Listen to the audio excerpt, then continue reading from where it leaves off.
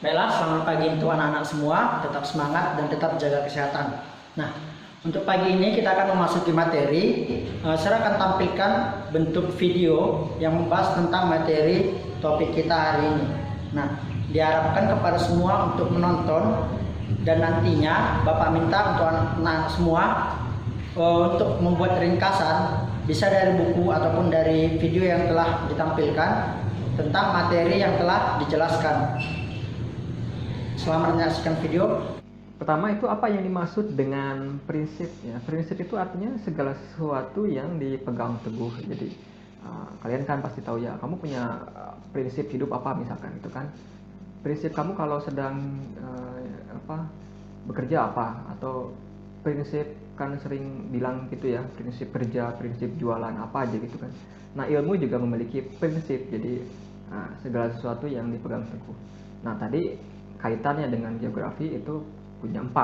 Dari mana 4 itu? Itu adalah kesepakatan Ikatan Geografi Indonesia ya. Jadi dulu tahun berapa itu, 88 itu ya, menyepakati ada 4 prinsip geografi. Jadi artinya kalau kamu belajar geografi itu harus berpatokan ke 4 prinsip itu ya. Kita lihat contoh masing-masing prinsipnya ya, dan contoh soalnya nanti. Nah, ini ada 4 prinsip geografi ya. Distribusi atau penyebaran, interrelasi itu apa, keterkaitan antar gejala atau fenomena. 3, deskripsi, penjelasan, pemaparan gitu ya. Keempat, korologi, itu adalah gabungan ya, gabungan ketiga prinsip geografi ini ya. Lalu bagaimana cara membedakan keempatnya? Kita lihat satu persatu ya. Nah, yang pertama distribusi ya. Yang namanya geografi itu pasti mempelajari sebuah sebaran atau distribusi. Nah, jadi prinsip geografi pertama adalah penyebaran, distribusi. Ambil contoh seperti ini, ada gambar ini misalkan ini Mayor Volcano Indonesia, jadi peta gunung api Indonesia ya. Nah, ini gambar ini sudah menjelaskan sebuah distribusi dari sebuah gejala apa, ya kan, gunung api. Ya, di sini ada gunung api semua di sini. Ini menandakan adanya sebuah penyebaran. Nah, ini gambar ini menunjukkan sebuah penyebaran fenomena gunung api. Ini dalam bentuk gambar. Kalau misalkan dalam bentuk kalimat seperti apa? Kamu bikin aja misalkan. Sebaran gunung api di Indonesia adalah sebagai berikut misalkan. Di Jawa apa aja? Di Sumatera apa aja? Kemudian di Sulawesi apa aja? Itu contoh sebaran. Ya. Lalu contoh yang lain apa? Banyak, misalkan sebaran flora fauna Indonesia, sebaran iklim, ya, penyebaran TKI. Jadi semuanya yang hal-hal berbau sebaran itu ada kuncinya, itu ada lokasi-lokasi di sana itu ya. Itu namanya distribusi. Contoh sederhana kayak gini lagi, misalkan pagi hari misalkan saya pergi ke pasar, setelah itu ke sekolah, kemudian ke rumah sakit. Nah, ada 3 lokasi kan ditulis, itu sudah menandakan kamu menggunakan prinsip distribusi. Jadi ada sebaran gitu ya. Nah, kayak gini. Udah ya, oke ya. Kemudian interrelasi atau keterkaitan. Relation, keterkaitan antar objek atau antar gejala. Maksudnya apa? Maksudnya itu sebuah gejala itu pasti akan mengakibatkan gejala yang lainnya. Jadi ada keterkaitan, itulah interrelasi. Contoh ini ada gunung api Krakatau yang kemarin ya, saya ambil update. Jadi ini erupsi Krakatau misalkan. Erupsi Krakatau kemarin ya 2018, di akhir 2018 itu menyebabkan kejadian apa, tsunami kan, tsunami di sekitar pantai Anyer dan Lampung itu kan. Nah, itu sudah menandakan interrelasi. Jadi setelah gunung api Krakatau itu meletus, maka lanjutannya adalah terjadi tsunami. Interrelasi. Contoh yang lainnya, misalkan ya, ganti, misalkan puncak musim hujan ya, terjadi sekarang misalkan bulan Februari. Akibatnya apa? Beberapa wilayah di Indonesia mengalami banjir misalkan. Itu sudah interrelasi gitu ya.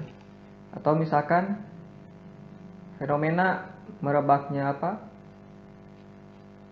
penggundulan hutan ya di kawasan mana misalkan, memicu terjadinya banjir bandang ya. Nah, itu sudah interrelasi gitu ya.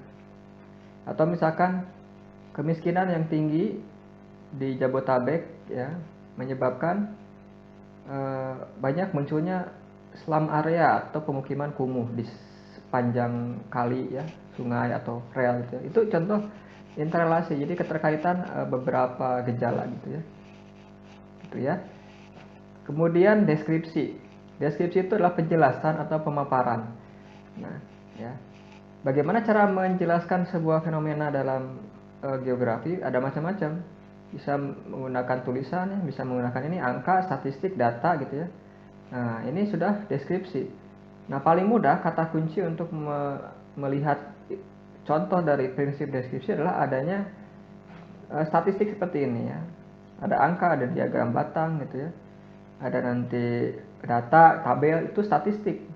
Ini contohnya bencana alam di Indonesia. Ya, statistiknya dari 2007 sampai 2017. Ini pemaparan gejala geosfer dengan statistik, deskripsi. Ya. Oke. Kemudian kronologi. Kronologi itu adalah penggabungan ketiga prinsip dalam menyajikan sebuah fenomena. Artinya prinsip kronologi itu menggabungkan ketiga tadi, distribusi, interrelasi dan deskripsi. Sebetulnya di soal itu, soal geografi di UN, kamu minimal ada 2 prinsip di sana, itu sudah menjelaskan namanya kronologi ya. Nah, kalau sudah menemukan 2 prinsip minimal itu dinamakan kronologi ya. Nah, jadi ini 4 prinsip geografi ya yang digunakan sehari-hari.